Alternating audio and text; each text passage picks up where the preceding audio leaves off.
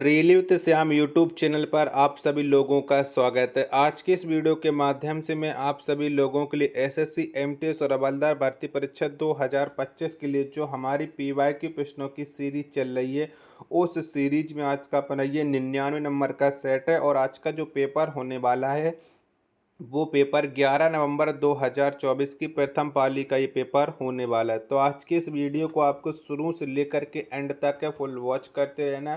आज की पाली में जीके के 25 प्रश्न पूछे गए थे, उनमें से आप कितने प्रश्न सही कर पाते हो, कमेंट बॉक्स में आपको अपना स्कोर है वो शेयर करना है। तो चलिएगा फिर शुरू करते हैं आज का अपना ये प्रैक्टिस सेट नंबर 99।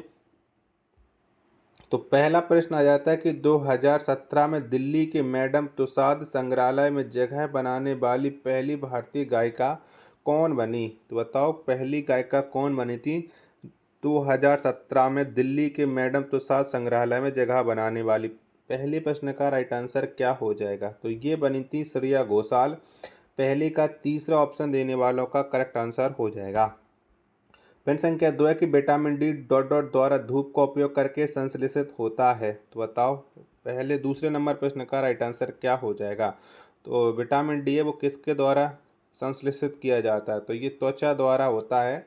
2 का पहला ऑप्शन देने वालों का राइट आंसर हो जाएगा। प्रश्न संख्या 3 है आपके सामने की नीतू घड़घस किस भार वर्ग में आईबी महिला विश्व मुक्केबाजी चैंपियन प्रतियोगिता 2023 से जीती। तो बताओ नीतू घड़घस ने कौन सी जीती थी, कितने किलोग्राम में जीती थी। 2023 की तो जीती थी और इन्होंने 48 किलोग्राम में ये प्रतियोगिता जीती थी। 3 का तीसरा ऑप्शन देने वालों का करेक्ट आंसर हो जाएगा। प्रश्न संख्या 4 है आपके सामने की 31 अक्टूबर 2023 तक की स्थिति के अनुसार 17वीं लोकसभा में सबसे कम उम्र की सांसद सदस्य चंद्रानी मुर्मू किस राजनीतिक दल का प्रतिनिधित्व करती हैं। तो बताओ चंद्रानी मुर्मू का संबंध कौन से राजनीतिक दल से हो जाएगा। 4 नंबर प्रश्न का राइट आंसर आपको देना है। तो इनका संबंध हो जाता है बीजू जनता दल से। 4 का चौथा ऑप्शन देने वालों का राइट आंसर हो जाएगा। प्रश्न संख्या 5 है आपके सामने कि लोकपाल या लोकायुक्त जैसी व्यवस्था सबसे पहले निम्नलिखित में से किस देश में बनाई गई थी। तो बताओ कौन से देश में बनाई गई थी लोकपाल या लोकायुक्त जैसी व्यवस्था। 5 नंबर प्रश्न का राइट आंसर क्या हो जाएगा, तो ये व्यवस्था है स्वीडन में बनाई गई थी। 5 का चौथा ऑप्शन देने वालों का राइट आंसर हो जाएगा। अगला प्रश्न है प्रश्न संख्या 6 आपके सामने कि निम्नलिखित में से किस संरचना का आईयूपीएसी नाम 7 हाइड्रोक्सी 5 मैथिल हेप्टेन 2 1 है। तो बताइए कौन सी संरचना का है। 6 का आंसर आपको बताना। चलिएगा मैं 6 की चारों संरचना आपको दिखा देता हूँ, जिसके बाद आप लोग इस प्रश्न का राइट आंसर डिसाइड कर सकते हो। तो 6 की आप लोगों ने चारों संरचना देखी और आपको इसका राइट आंसर समझ भी चुके होगे। तो ये जो राइट आंसर है वो है दूसरे ऑप्शन का। चलिएगा अगला प्रश्न है प्रश्न संख्या 8 है कि सानिया मिर्जा की आत्मकथा का शीर्षक क्या है। तो बताओ में से कौन सी है सानिया मिर्जा की आत्मकथा। 7 का आंसर आपको देना है। तो सानिया मिर्जा की जो आत्मकथा हो जाती है वो हो जाती है एस अगेंस्ट ऑड्स। दूसरे ऑप्शन देने वालों का राइट आंसर हो जाएगा। प्रश्न संख्या 8 है आपके सामने कि वत्स महाजनपद की राजधानी निम्नलिखित में से कौन थी। तो बताओ इनमें से कौन सी। 8 का आंसर आपको बताना। तो वत्स महाजनपद की जो राजधानी है वो कौशाम्बी थी। 8 का पहला ऑप्शन देने वालों का राइट आंसर हो जाएगा। प्रश्न संख्या 9 है आपके सामने कि वर्ष 1928 में हिंदुस्तान सोशलिस्ट रिपब्लिकन एसोसिएशन की स्थापना कहाँ हुई थी। तो बताओ कहाँ पर हुई थी ये स्थापना 1928 में। 9 नंबर प्रश्न का राइट आंसर क्या हो जाएगा। तो 1928 में हिंदुस्तान सोशलिस्ट रिपब्लिकन की जो स्थापना है वो हुई थी आपकी कानपुर में। कहाँ पर, कानपुर में हुई थी। तो 9 नंबर प्रश्न का माफ़ी चाहता हूँ, कानपुर में नहीं, ये फिरोज शाह कोटला मैदान दिल्ली में हुई थी। ठीक है, तो ये दिल्ली कहाँ पर पड़ती है, कहाँ पर पड़ता है ये मैदान, दिल्ली में। तो 9 का तीसरा ऑप्शन देने वालों का राइट आंसर हो जाएगा। और हिंदुस्तान रिपब्लिकन एसोसिएशन की जो स्थापना है वो कानपुर में हुई थी। ठीक है, वीडियो पसंद आ रही होगी तो प्लीज़ वीडियो को लाइक और चैनल को आप लोग सब्सक्राइब करना बिल्कुल ना भूलें।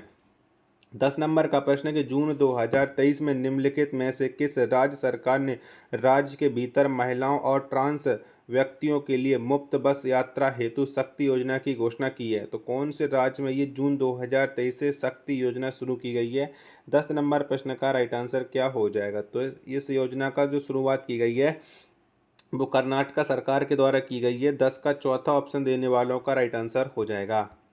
11 नंबर का प्रश्न के अनुच्छेद डॉट डॉट के अनुसार पूरी तरह से संघ नीति से संचालित किसी भी शैक्षणिक संस्थान में कोई धार्मिक शिक्षा प्रदान नहीं की जाएगी। तो ये कौन से अनुच्छेद के तहत है? कोई भी धार्मिक शिक्षा प्रदान नहीं की जाएगी। 11 का राइट आंसर क्या हो जाएगा? तो ये अनुच्छेद 28 के तहत है। 11 का दूसरा ऑप्शन देने वालों का राइट आंसर हो जाएगा। प्रश्न संख्या 12 है आपके सामने कि केंद्रक के भीतर किस संरचना में डीएनए के रूप में आनुवांशिक सूचना होती है? तो बताओ किस में होती है ये केंद्रक के भीतर डीएनए? 12 का आंसर आपको देना है। तो ये होती है गुणसूत्र के भीतर। 12 का दूसरा ऑप्शन देने वालों का राइट आंसर हो जाएगा। प्रश्न संख्या 13 की निम्नलिखित में से कौन सा भारत का पहला नियोजित औद्योगिक शहर है? तो बताओ इनमें से कौन सा है? 13 का आंसर आपको बताना है। तो भारत का पहला नियोजित जो औद्योगिक शहर है वो है जमशेदपुर। 13 का चौथा ऑप्शन देने वालों का राइट आंसर हो जाएगा। प्रश्न संख्या 14 है आपके सामने कि निम्नलिखित में से कौन सा एक वाणिज्यिक बैंक नहीं है? तो बताओ इनमें से कौन सा नहीं है? 14 नंबर प्रश्न का राइट आंसर क्या हो जाएगा? 14 के चारों ऑप्शन आपके स्क्रीन पर शो हो रहे हैं।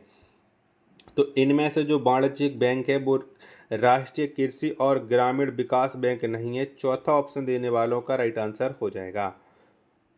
चलिएगा अगला प्रश्न है आपके सामने। प्रश्न संख्या 15 आ जाता है कि निम्नलिखित में से किस वर्ष 2022 के लिए नृत्य कला निधि प्राप्त हुआ? तो बताओ किसे प्राप्त हुआ था 2022 के लिए नृत्य कला निधि पुरस्कार? 15 का आंसर आपको बताना है। 15 के चारों ऑप्शन आपके स्क्रीन पर शो हो रहे हैं। तो ये पुरस्कार ब्रागा बेसेन को मिला है। चौथा ऑप्शन देने वालों का राइट आंसर हो जाएगा। 16 नंबर का प्रश्न है आपके सामने कि भामी दीप्ति श्रीवल्ली रश्मिका किस खेल से जुड़ी हैं? तो बताओ इनका संबंध कौन से खेल से है? 16 नंबर प्रश्न का राइट आंसर क्या हो जाएगा? तो भामी दीप्ति श्रीवल्ली रश्मिका का जो संबंध है वो लॉन टेनिस से हो जाता है। 16 का पहला ऑप्शन देने वालों का करेक्ट आंसर हो जाएगा।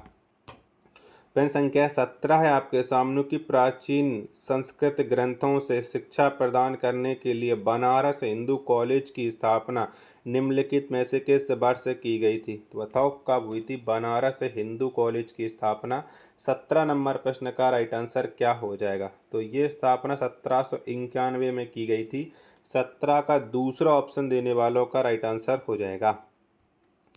प्रश्न संख्या 18 है आपके सामने कि मकर संक्रांति के अवसर पर सबरीमाला मंदिर में कौन सा त्यौहार मनाया जाता है? तो बताओ इनमें से कौन सा त्यौहार मनाते हैं? 18 का आंसर आपको देना है। तो मकर संक्रांति के अवसर सबरीमाला मंदिर में जो त्यौहार मनाया जाता है उस त्यौहार का नाम हो जाएगा मकर बिलक्कू। दूसरा ऑप्शन 18 का देने वालों का करेक्ट आंसर हो जाएगा। प्रश्न संख्या 19 है आपके सामने कि पूर्व भारतीय अभिनेत्री वैजयंती माला किस शास्त्रीय नृत्य शैली में प्रशिक्षित थी? तो बताओ किस शैली से संबंधित थी वैजयंती माला? 19 का आंसर आपको देना। तो इनका संबंध हो जाता है भरतनाट्यम से। 19 का चौथा ऑप्शन देने वालों का करेक्ट आंसर हो जाएगा।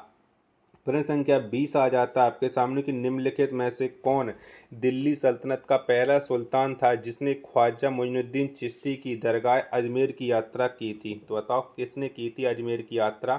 20 का आंसर आपको बताना है। 20 के चारों ऑप्शन आपकी स्क्रीन पर शो रहा है। तो ये अजमेर यात्रा जो की थी वो मोहम्मद बिन तुगलक के द्वारा की गई थी। तीसरा ऑप्शन देने वालों का राइट आंसर हो जाएगा।